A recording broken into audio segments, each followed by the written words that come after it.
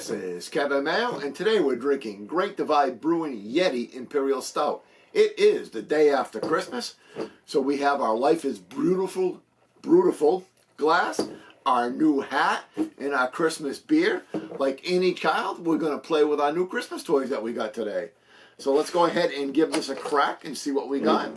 Great Divide is actually one of our older craft breweries. They've been around since like 1994. They've been in business for over 20 years at this point, which really gives them on the forefront of the brewing revolution. They've been growing.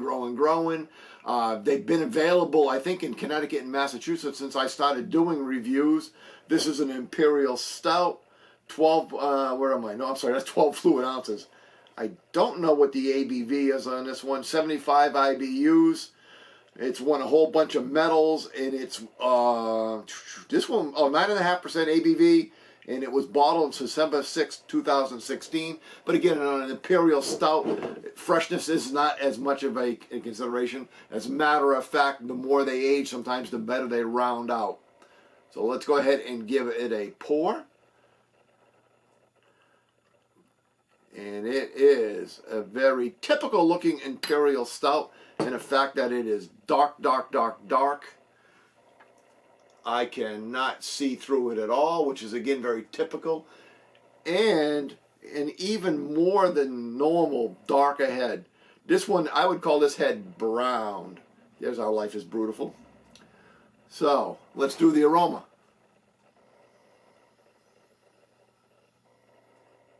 So, get roasted malt. A little bit of black coffee.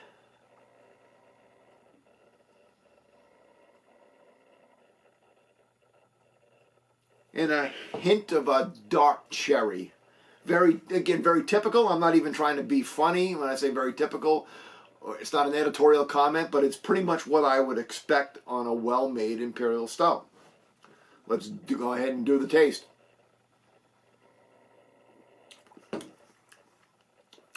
Wow. Taste-wise, whoa. Taste-wise, this is much more robust than the aroma would lead me to believe. The aroma was fairly subdued and laid back, but this is, wow, big black coffee. It finishes really bitter, almost like an IPA bitter, which 75 IBUs is really high for an Imperial Stout. Wow.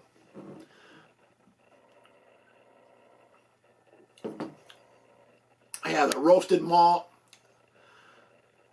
Oh, I said the black coffee. There's some dark cherry hidden in there. You got to dig for it.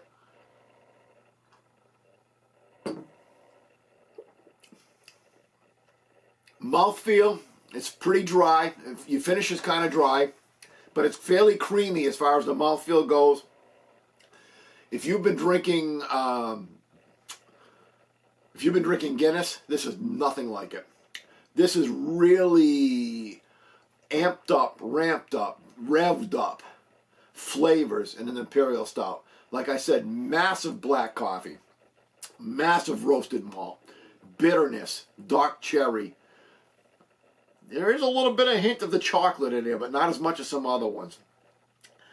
I'm not even sure how to score this one, because it's so different than, or so much more over the top. I think it's an either love it or leave it beer.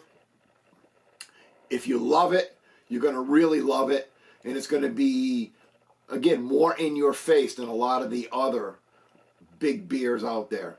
If you hate it, you're going to be looking for more of that rounded flavors, not the pow. You know what this is? This is a West Coast Stout, West Coast Imperial Stout.